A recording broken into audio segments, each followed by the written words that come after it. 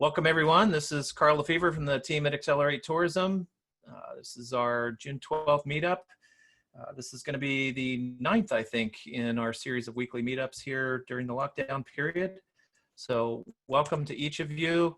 If this is your first time on the meetup, just want to quickly introduce ourselves. I actually own Improve and Grow, which is a digital marketing firm. We help a lot of different clients, but we concentrate in the tourism industry. And when all this started happening, we were looking for ways to help both our clients and other peers in the industry. And so we decided to start this weekly meetup virtually, since a lot of us are working from home and observing good social distancing guidelines.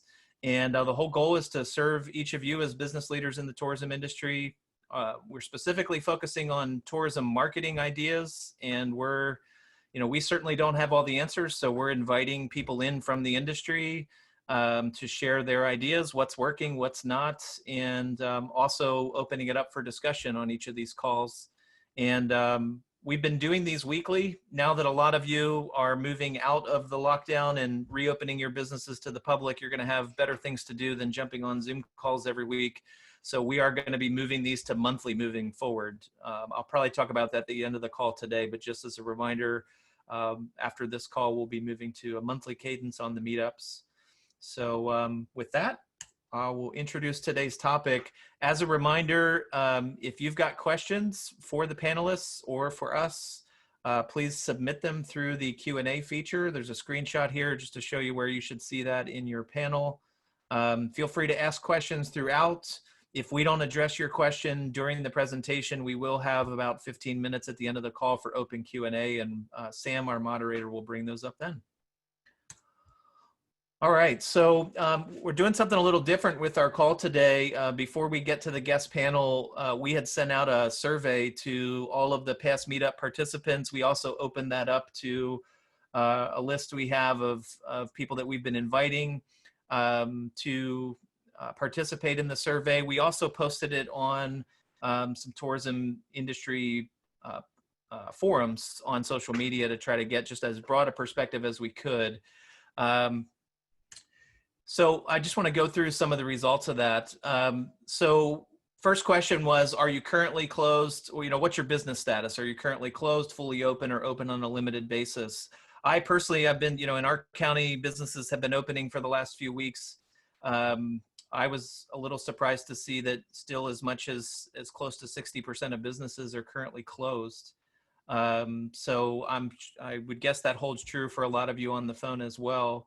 But another 27% are open on a limited basis, and another close to 18% are fully open to the public. So we broke down the questions in the survey between whether you were open and closed. For the people that are currently closed but planning to open, we wanted to get a sense of timing. Are they opening next week? Are they opening in the next few months? And you can see here from the breakdown, 32% plan to open in the next few weeks, 42% in the next few months. And there's another 26% that are still not sure. So if you're feeling a little uncertain right now, you're not alone. There's a lot of people that aren't quite sure when they're going to open right now. We also asked you to predict what your booking volume is going to look like. Just the overwhelming green section there on the pie is 79% of you are expecting your bookings to be down by 50% or more. There's a small percentage that feel like they might be about the same as last year. Bigger percentage down 25 to 50%, and very, very small percentage are expecting maybe bookings to be up. I want you to keep some of those stats and keep those specific things in mind when we look at the businesses that are open, because there's some pretty big differences there. In terms of marketing budgets, there's a pretty big diversity here, which you would expect. 32% are planning to spend less on their marketing, 32% are planning to spend about the same.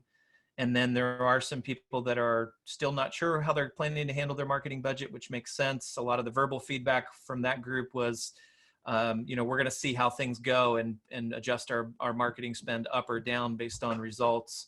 And then there's a small slice of people that just aren't sure right now. And for those of you, hopefully you'll get some insights from today's call on maybe how to handle that. In terms of marketing tactics, for those of you that are planning to open and are thinking about your marketing strategy, there's a pretty wide diversity, as you'd expect, with the different tactics you're planning to use.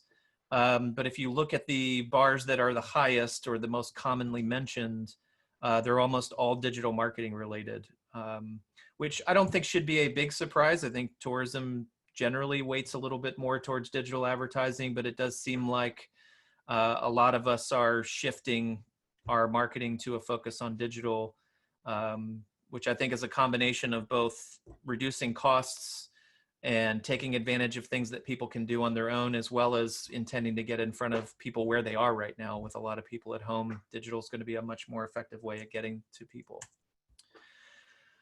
So now let's shift gears and talk about the respondents that are open. So our first question for them was, how long have you been reopened? There's about 33% that never closed. My guess is a lot of those are, or not my guess, from the data, it looks like a lot of those are in the lodging category. In many areas, they did not have to shut down.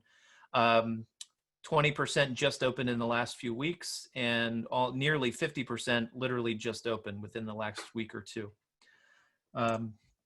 So of those, this is that question I wanted you to remember from the previous group. For those that have been opened, when we ask them about their booking volume, almost 90% are reporting that their bookings are down 50% or more from this same time last year.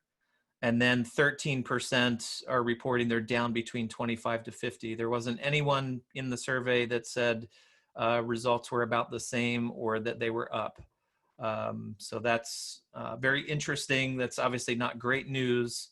But for those of you who are planning to open and maybe in those categories of looking at your bookings, hoping your bookings will be up or about the same, at least based on your peers' experience, that's probably not a realistic expectation.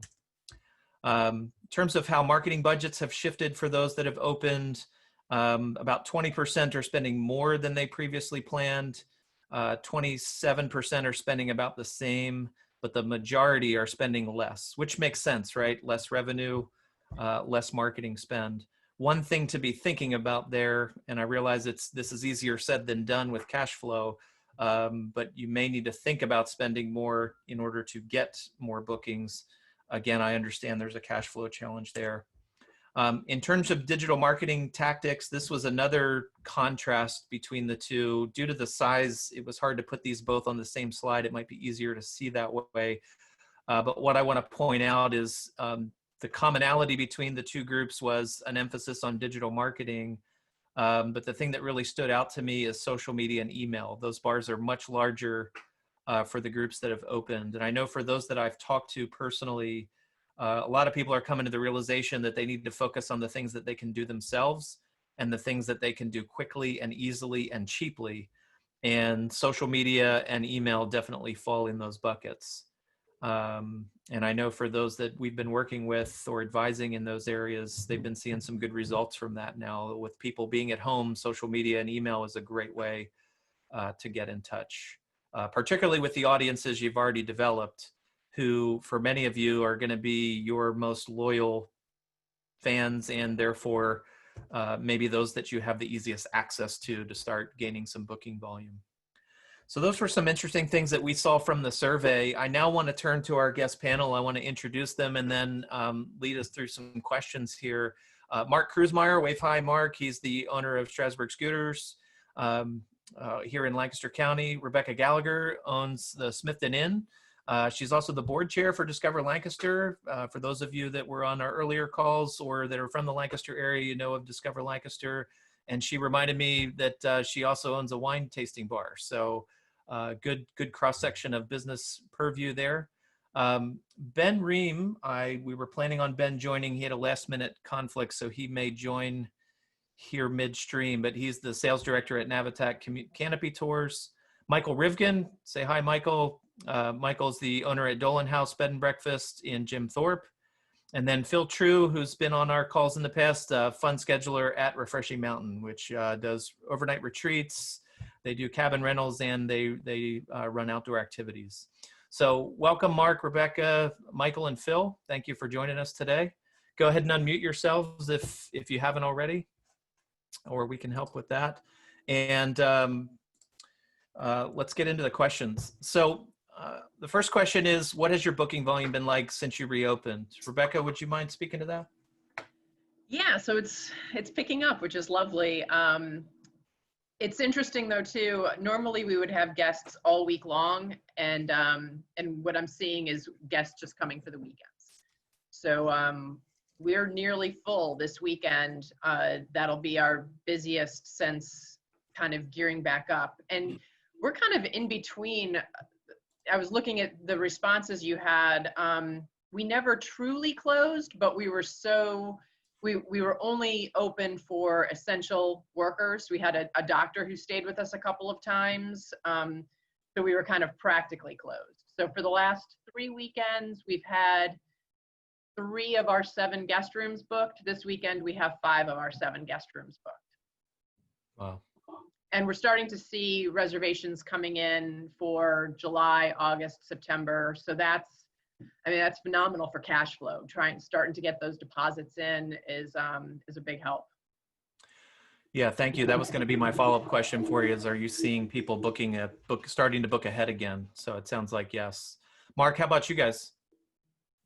We never really closed while we weren't doing tours. We just weren't having people booking.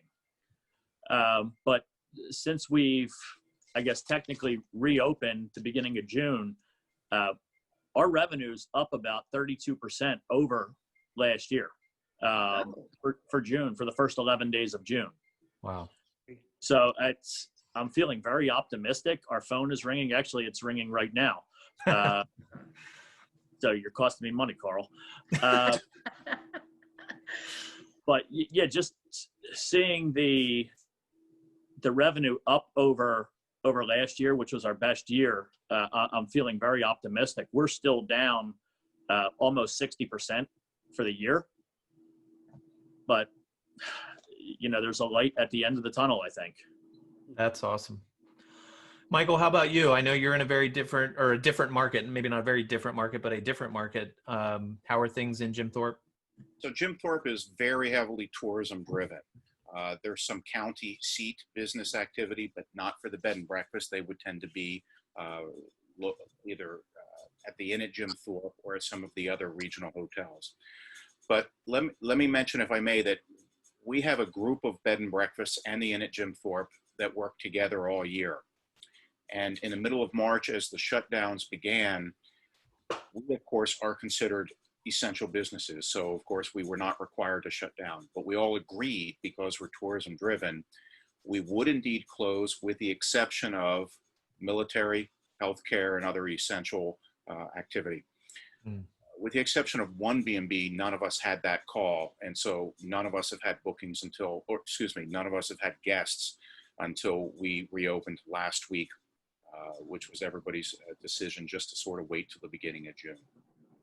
We actually are picking up rooms as Rebecca is doing. Our phone is ringing. Our bookings are coming in. The summer and into the fall are nowhere near where they usually are. So to put it in relation, ordinarily by list time, Carl, most of our weekends would be full through October. It'd be very difficult to book here. And our midweek is typically a later pickup. And that tends to be older couples that will call Friday and say, hey, we want to come Monday for 3 nights. That call is not being made right now. We are picking up some midweek, I'm very happy to say, contrary to Rebecca. But again, not the volume that we would have. But I think that has a lot to do with the fact that tends to be an older traveler. Right. So essentially, anything that we're picking up right now is really last minute. We picked up 4 bookings in the past 24 hours, 1 for tonight, 1 for tomorrow, 1 for next weekend, and 1 for September.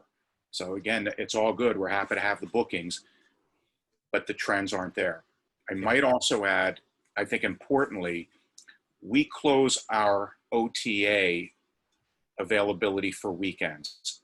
Our weekends are never open on Expedia, Booking.com, and so on and so forth, unless it's last minute. We're finding ourselves on a Thursday with some open rooms. But typically, we don't need to have, frankly, that expense. Right now, our OTAs, every booking channel we have is being utilized. They're wide open 100% all year. and that, of course, will have a further effect on bottom line. Right. Yeah. Right. Michael, you mentioned you also have some involvement with the chamber in your area. Any broader perspective of trends outside of lodging? Absolutely. So food and beverage is doing terrific.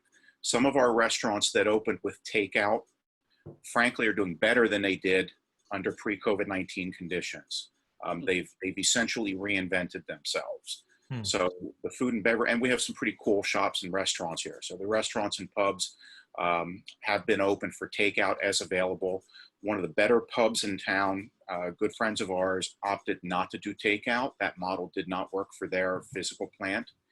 However, they have patio. So of course they were permitted to open under yellow. So they opened for outdoor dining, I'm going to say actually last week. And they'll progress to 50% indoor, which is minimal for them. It's a very small indoor space.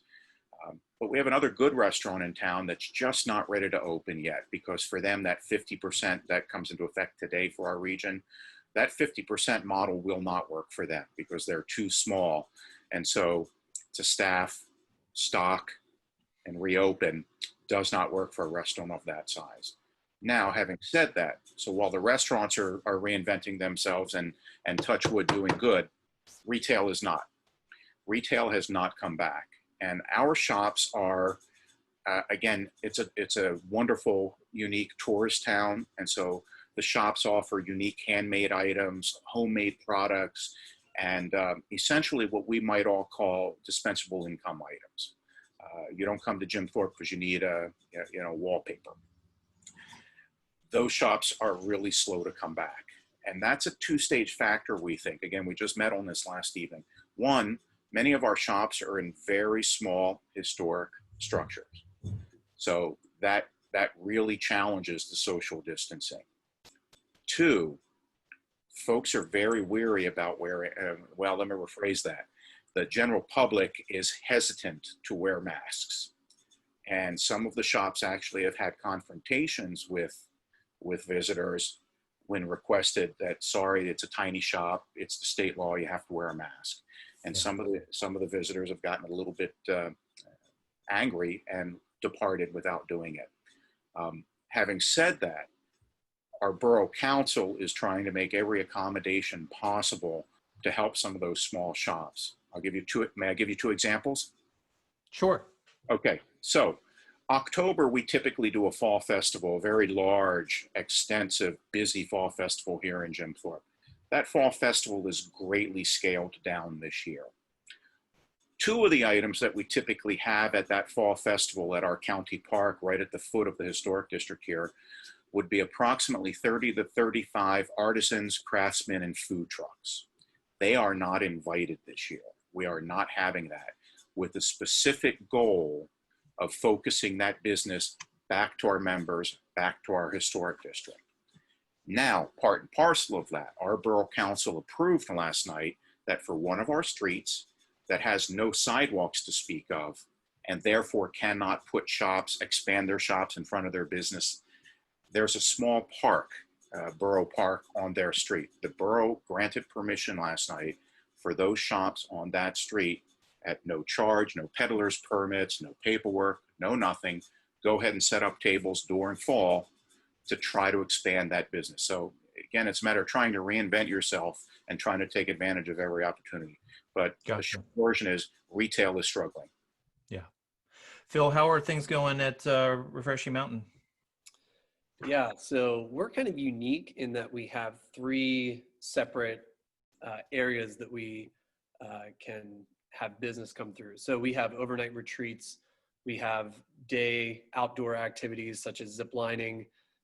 We opened our pool recently, and then we also have overnight cabin rentals and hotel rooms now that we're opening up for individuals or families to book into. So our overnight retreats is pretty much a complete loss at this point.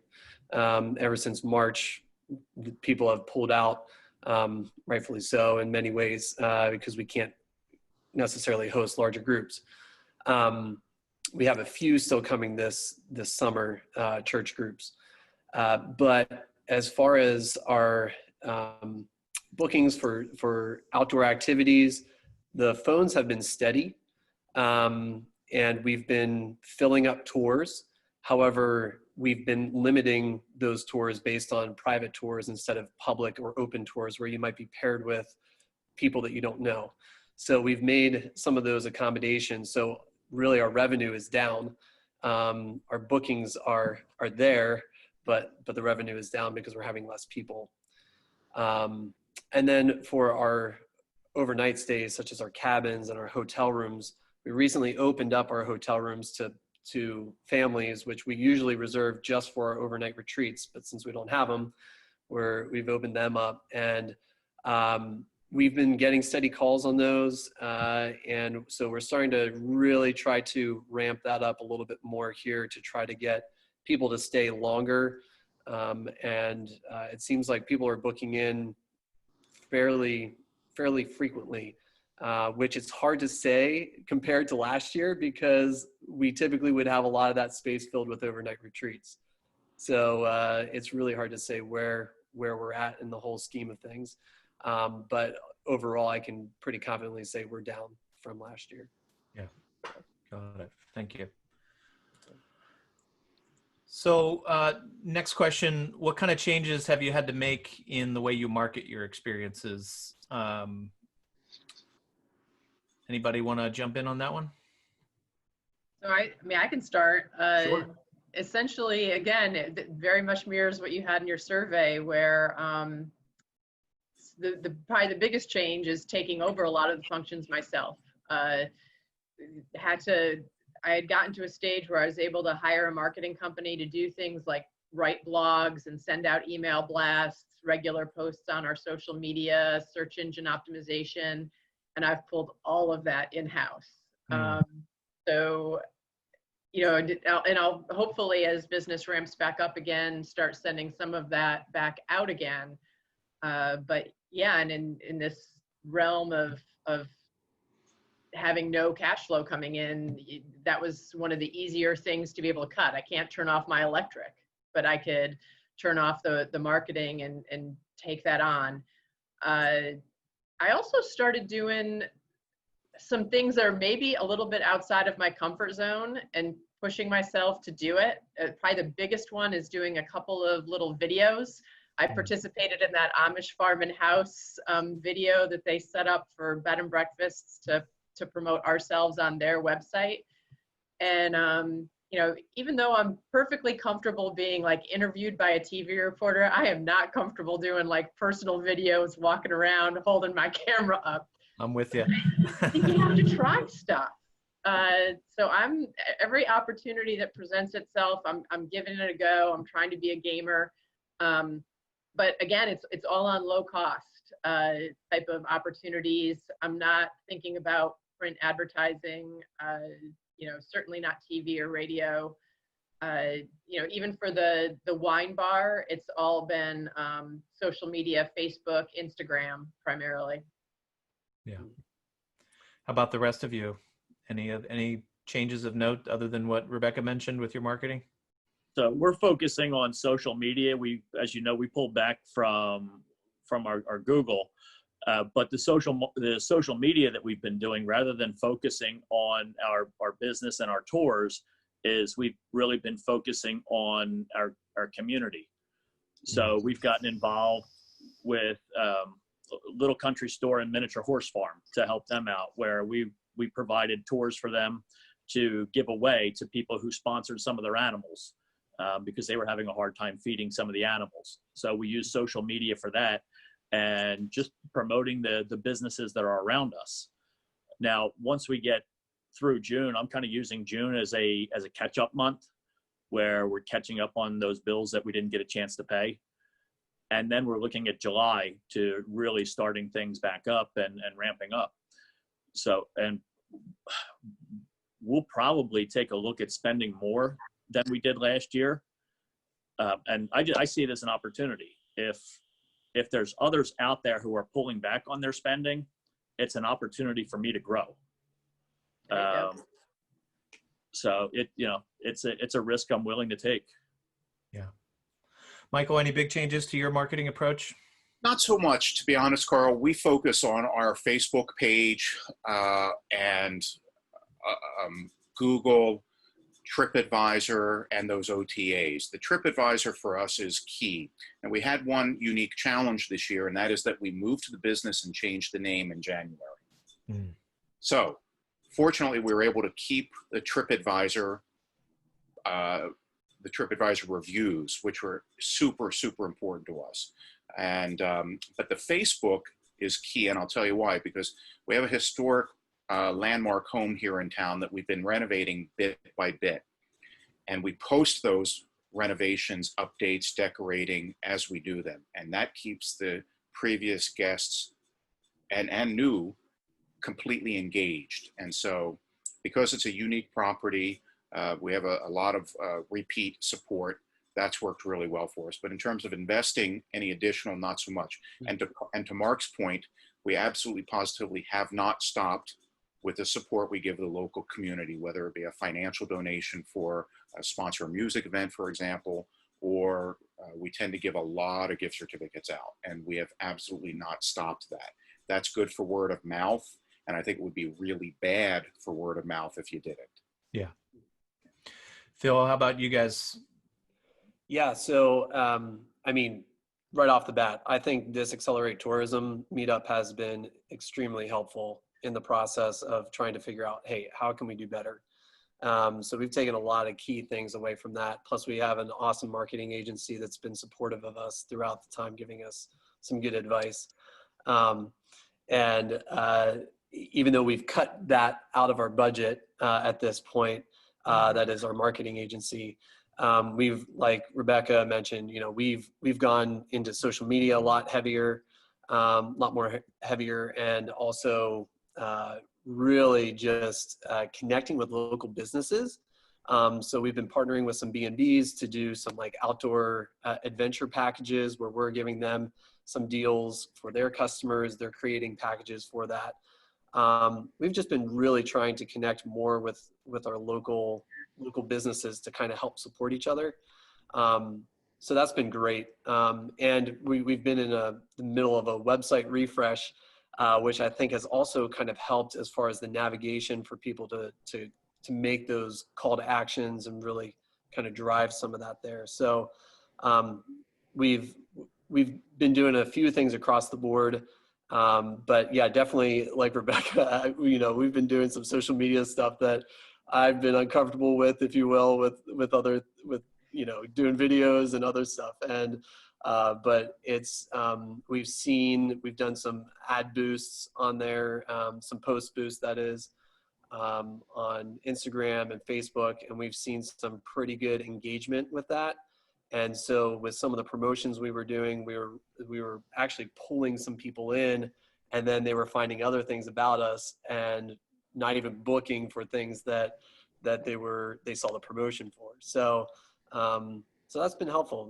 Those little things have been really helpful all along the way. Good. Good. As we go to the next question, just want a reminder for the audience if you've got questions for the panelists, these are all people that are in business right now that have been going through what you're about to go through if you're thinking about reopening here soon. So if you've got questions that we haven't addressed yet, throw them in Q&A and we'll get those. We'll get to those after we get through the next few minutes here. So a big question I think a lot of people have, I saw these when people registered, there were several people that asked questions along these lines. I'm interested to hear you guys elaborate a little bit on what kind of changes, if any, of you had to make to accommodate clients' fears about safety and to comply with government regulations on social distancing. Anybody want to jump in on that? Phil, I know you guys have made some changes at Refreshing Mountain. Yeah, so we've had to pivot a lot of what we do. So like I said before, we've done private or public tours, usually where people are coming and jumping in on a zip line with other groups. We've made those completely private. So all of our guides wear face masks or some kind of face protection barrier between the customer and them. The nice part is actually the state has given us the opportunity to decide whether or not we want customers whether they're required to wear a face mask or not. So we've left that up to the decision of the customers. And we found that that's been really beneficial because some of them just don't feel comfortable ziplining in hot weather with a face mask on, or climbing a climbing tower. Or for example, going to our pool, it's actually a safety hazard. Playing in water with a face mask on can be detrimental to your health, actually. So, so that's been some unique ones. We've also moved away from the term social distancing and actually looked at repurposing that to say responsible spacing. We felt the social distancing term was creating a connotation of, hey, we don't want you to interact with us or anybody else. And so we've moved away from that and really have started to push, even on social media, like, we want you to be present with us and with each other while you're here. So that's been a perspective shift that we've also done in that realm to try to, because I think throughout all this, honestly, is we're fighting perception, right? There's, it's all about what people perceive.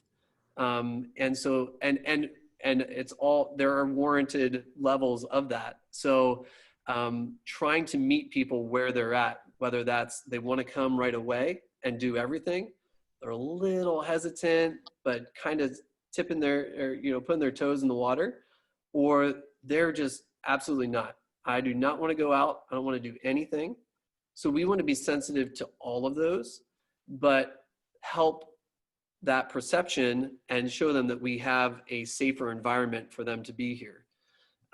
So we've really have been pushing that and just kind of trying to move that perception as much as possible. And we've seen, as other people open up, our hope is that people will see that they can get out, they can start to do things outdoors, they can maybe take a trip to a B&B or somewhere outside of their realm, that they can do those things and do it safely in a good way. So Yeah, that's those good. are some of the changes. I have felt this whole time that it's just, it's going to take the people that are those that want to get out right away. Like, if they can be seen doing that in a safe way, in a fun way, that's just going to build, other people are going to be encouraged by that, and it should snowball again, hopefully in a safe way. Anyone else want to share any of the changes that they've made? So one of the things that we're doing is we haven't opened up our office. We still have the building, except for the bathrooms, we still have closed to the public. So when they check in, we'll meet them outside. We're checking people in rather than a desktop. We're checking people in on our phones. Our waivers, we've been trying to get away from paper waivers, and this has actually been great because we do have digital waivers available. We have kiosks set up in the office, but we are encouraging our guests to fill them out prior to arriving. And we're having about a 90% success rate on that. So those are probably the biggest changes, other than the fact that right now we're not accepting walk-in guests. So all of our tours are done by reservation.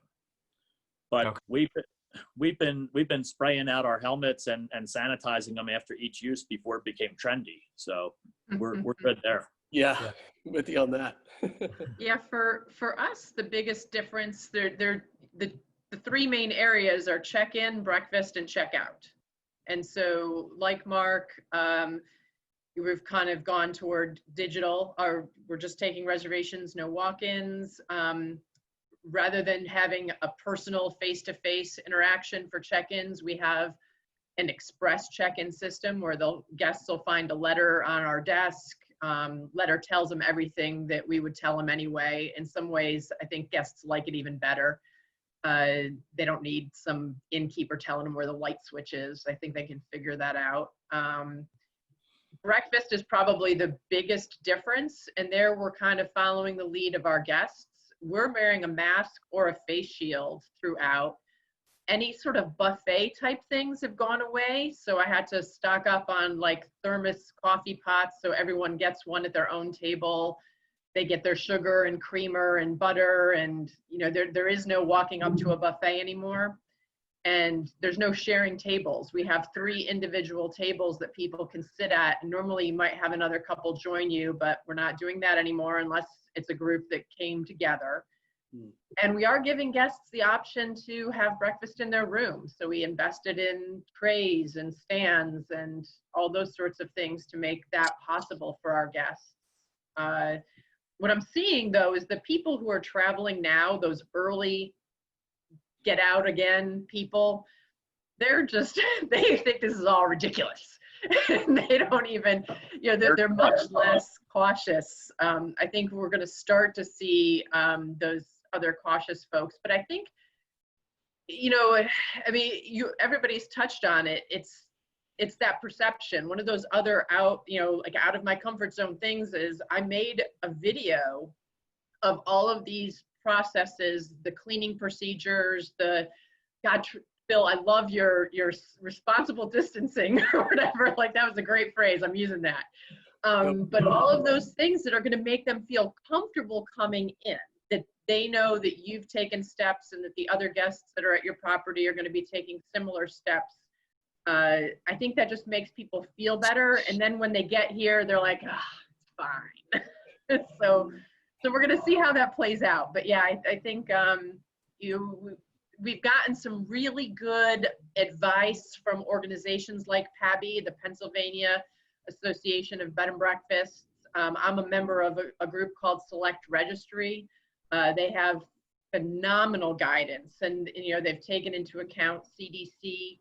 So I think there's a lot of organizations out there, PLRA, different attraction organizations, that we can really get some good advice and protocols that keep, you know, and it's not just about keeping our guests safe. We have to keep ourselves safe.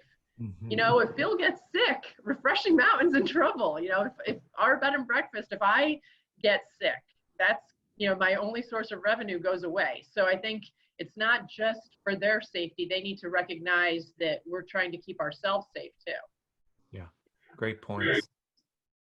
So if I may, one of our greatest concerns in reopening was, I would say that a lot of the, for lack of a better word, the mojo that we generate here with our guests is the socialization at the breakfast table. Breakfast here is 3 courses. It can be 90 minutes. It's a pretty big deal. And our fear was, and that's where guests get to interact and whatnot. Our trouble under normal times is to get them out of the table so we can get them checked out and get the room refreshed for the next guest. Well, what we wanted to do was ensure that we didn't lose that mojo. And by spreading out the tables and utilizing our veranda where we have a lot more room, we can put people outdoors. Rebecca, everybody's really 100% more comfortable outdoors for dining now. And so we have them responsibly distanced apart, but they can still converse.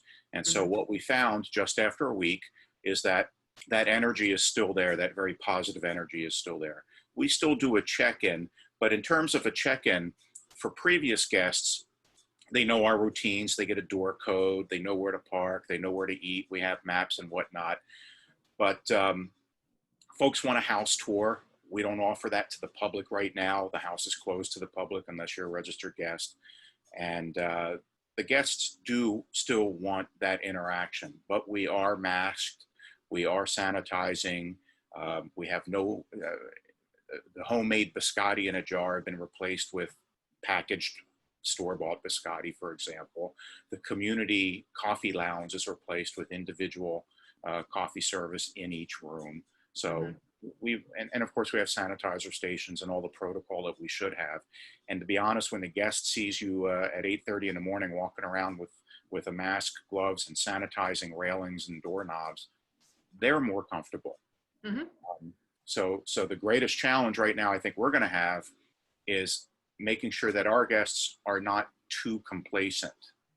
And right now, because our county and Jim Thorpe have historically been low in the COVID counts during the whole crisis, folks are perhaps a bit cavalier when you wander our town. As I mentioned earlier, you're not seeing face mask use, and you're actually seeing refusal to wear it coming into shops. And that cavalier attitude is fearful to me, because I don't want to bring it in, to Rebecca's point, to our house. And so while not portraying being a hospital and taking all the personality out of the experience, we have to find that balance between conversing, sitting down, going over what to do, where to go, and maintaining some sort of distancing and safety. Yeah. Yeah. Great. Thank you all. That was really good feedback. We're about to transition into taking questions from the group. So if you have a question and you haven't had a chance to submit it yet, please go ahead and do that. And Sam, be ready to start bringing up those questions. But I do want to give our panelists one last question. We've heard a lot about the challenges with booking, some of the changes you've had to make. But we've also heard some encouraging things, with bookings being up in some cases, with guests, bookings starting to pick up, and with getting good response from the community. So as you look kind of towards the future, what would you guys say? I want to hear from each of you. What would you say is the biggest opportunity you see for the future? Rebecca, why don't you go first? Yeah, so I think, necessity is the mother of invention. And it's, we've all had to look at new and different ways to Michael's point, to provide a customer experience and even just to generate revenue. So, while this whole shutdown was occurring, I had possible revenue could be from the wine bar, but the wine bar was shut. So we started doing pickup and delivery. And we had to create an online store, which we had never had before. So now people can order our wines online. They can order slushies online and go and drink it out in our grounds. And so those things were, an opportunity for doing something different that was socially distanced. We've had a gift shop in the bed and breakfast for years, but I never did online ordering for it. And I've done a couple $1,000s in revenue from our online gift shop. Same thing, I took it and made an online store. So I think those opportunities are, I wouldn't have done those things if I wasn't forced to do those things. And so, I think I have to, the key is to keep on looking for opportunities like that. I like Mark's idea in a world where other people might be hunkering down or scaling back or afraid to reopen. There's opportunities for maybe picking up a little bit of market share, picking up market share from maybe big hotels that people don't want. They figure a smaller property, they have less of a chance of interacting with other people. So yeah, those opportunities are out there. And then I really like the idea of partnering. Phil, I will be calling you about a package for Refreshing Mountain in our bed and breakfast. I think looking for opportunities to co-market each other is just a win-win for everybody. Yeah, cool. Michael, how about you? What do you guys see as a big opportunity for the future? Carl, very briefly. So pent-up demand. There's no question. Everybody wants to get the heck out of Dodge. And so what we did was we took what the industry was doing after the shutdowns began in early March. Everybody put their CapEx projects on hold. They stopped buying anything. They stopped doing maintenance, repairs, renovations. And now under reopening, you'll see that many of the large hotel companies, most of the commercial lodging establishments, have cut their services. We did the opposite. We accelerated our renovation and investment program, and now we're ahead of where we thought we'd be now, which is perfect for the reopening. And we've tried to up our game with guest amenities. So we did the opposite. We took the opportunity where other people were sort of backing away from life, and we spent 3 months getting ready for reopening. That's great. Yeah. Phil, how about you guys? What do you guys see as the biggest future opportunity? Yeah, so in short, say yes to everything. Yeah. Like that. We honestly, when we were founded by Marlon and Sharon Harnish, a couple that came together 35 plus years ago, they literally would get a call from a retreat saying, hey, we've got 30 some people, we want to come this weekend. And Marlon would say, okay. and they only had 12 beds, and they had, another group coming in, so they said, okay, now how are we going to make this work? And so anything that comes through, we're actively engaging in it. And we're planning ahead. So we're thinking about, what if we go back to yellow? Or, if we're green here soon, what if we go back to yellow? What if we go back to red? What does that look like? And so, a school district called us the other day and said, hey, can you guys host students if we're in yellow? They can't all be at our school. You would have to provide supervisory roles and social distancing, all that. So we're not throwing it out the window. We're entertaining it. So stuff like that, I think we just are keeping our ear to the ground and saying yes to everything. Okay. Mark, how about you guys? Well, I guess my answer would be similar to some of the answers we've already heard. But one of the things we're actually looking at is consolidating debt. Money is cheap right now. Mm-hmm. And, my wife and I bought out my ex-partner back in 2015. And since that time, we've grown our business about 400%. In doing so, that required us to take on some debt that we didn't want to take on, but it helped to grow the business. We're looking at this right now as an opportunity to create more cash flow because we're able to consolidate that debt with the cheaper interest rates.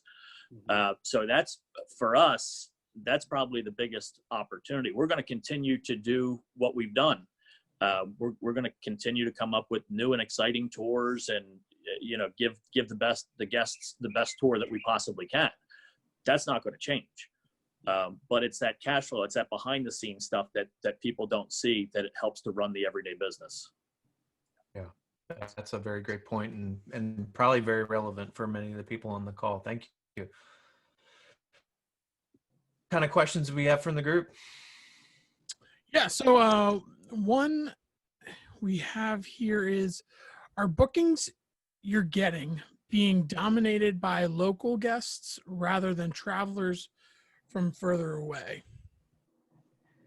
Yeah, for us, it's been not necessarily local in Ephrata, but local short drives, definitely. Hershey, Harrisburg, York, Lebanon, places that aren't normally our big, our biggest groups of customers are more coming from New Jersey, Maryland, DC, Delaware. And so, yeah, we definitely have seen a move to closer drives. And I haven't had a single person since we reopened that's flown here. Right. Yeah. And I would say Rebecca, the same for us. Our traditional draw for our visitors to Jim Thorpe is the Lehigh Valley, greatly the Lehigh Valley, Philadelphia region, upper New Jersey, northern New Jersey, and New York. And that's exactly what it is. And everything essentially is a 2-hour drive or under, but definitely driving. Ditto. Yeah.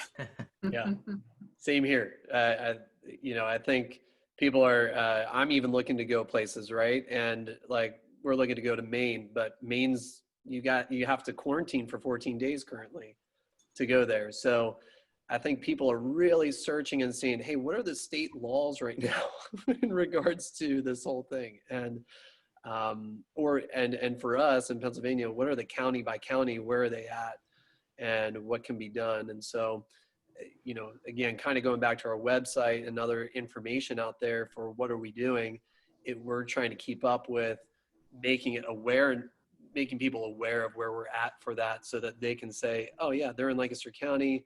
Okay, they can host people. This is what we can do. And we're putting, links even to government websites saying, yeah, this is where you can be, and this is how you can do it safely. Yeah, that's great. I was going to, you kind of took the words out of my mouth. I was going to follow up to that to say to everyone on the call, you may have to, normally you'd probably think it's outside of scope to talk about what the county's safety guidelines are, what's going on in the state, but you've got people looking at your website thinking about coming to your property that might be making stuff up about what they can or can't do. So going out of your way to, create a simple statement and then link to government agencies with the details is a great step. Awesome. Questions? Other questions, Sam? Yeah. I don't recall hearing much about this as you all were answering the questions, but have customers been asking about discounts? And if so, what has that looked like? How are you answering that? What kind of things are they asking for? I heard one of my favorite, there's a woman who owns the Old Square Inn in Mountjoy, and she was on a video call the other day, and the question about discounts came up, and she quickly was like, we are not charging a penny more to implement all of these safety protocols that we have put in place for you.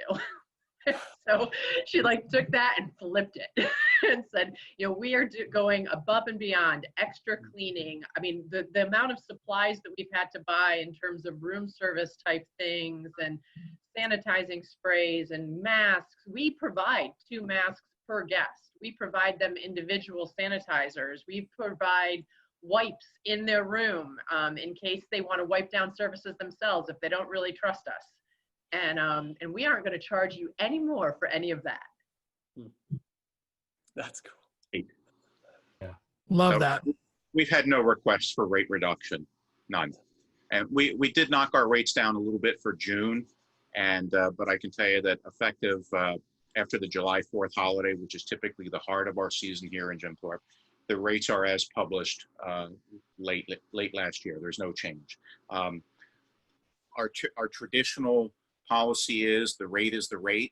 No matter what platform you look on, you're going to see the same rate for our rooms. The reality is, again, our normal policy is if it's a Friday morning and there's a room open, yeah, we may work with you a little bit on it. But in terms of a phone call that starts off with, what discounts do you have? It's probably not one I'm going to convert to a booking. Yeah. Now that said, so we aren't necessarily doing discounts, but the average daily rate in Lancaster County has dropped significantly. And a lot of that has to do with just a crazy amount of new inventory that's online. We've got a true hotel up the street that's charging less than $80 a night. And it's lovely, brand new hotel. And so, there's a lot of other properties that are driving our price down, not necessarily the coronavirus. Gotcha. Yeah, we're running tons of discounts. I think, and again, we're unique in that we have different, we have overnight stays and we also have outdoor activities. But I think for especially our outdoor activities, we're running discounts. And I think it's more so pulling people in to see, hey, it's kind of a conduit, if you will, for that. But yeah, we would love to get away from that. But to Rebecca, to your point, I think, and Michael, I think you both have made a good case of, I think people are looking more for a personal experience in that way. They're not going to be looking for these chain hotels because they can see the value in being in a space that is not highly populated, or they know that you guys are caring for your place and support small businesses too. So I think that's really key too. Good.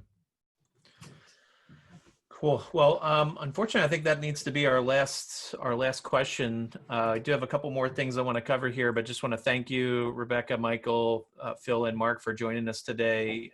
This went even better than I planned, meaning in terms of just the quality of your responses and the positivity behind that each of you show around. Yeah, there's some challenges, but here's how we're working through it, and there's some big future opportunities. That's just really encouraging. Carl, can I put in a plug real quick for a local business? Sure.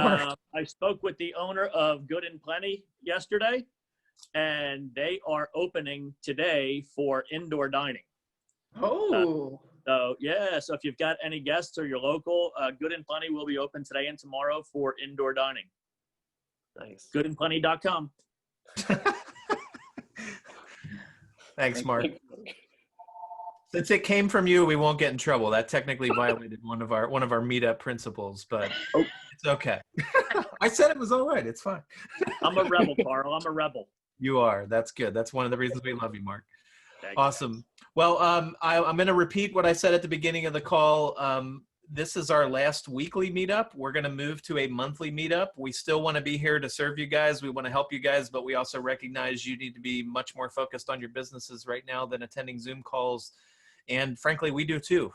So we are going to be moving to monthly. I would like each of you, if you could, before you leave today, I'm launching a poll right now here on Zoom. We've got a list of 10 topics or so that are on our list of topics that we haven't covered yet or haven't covered as deeply as we could.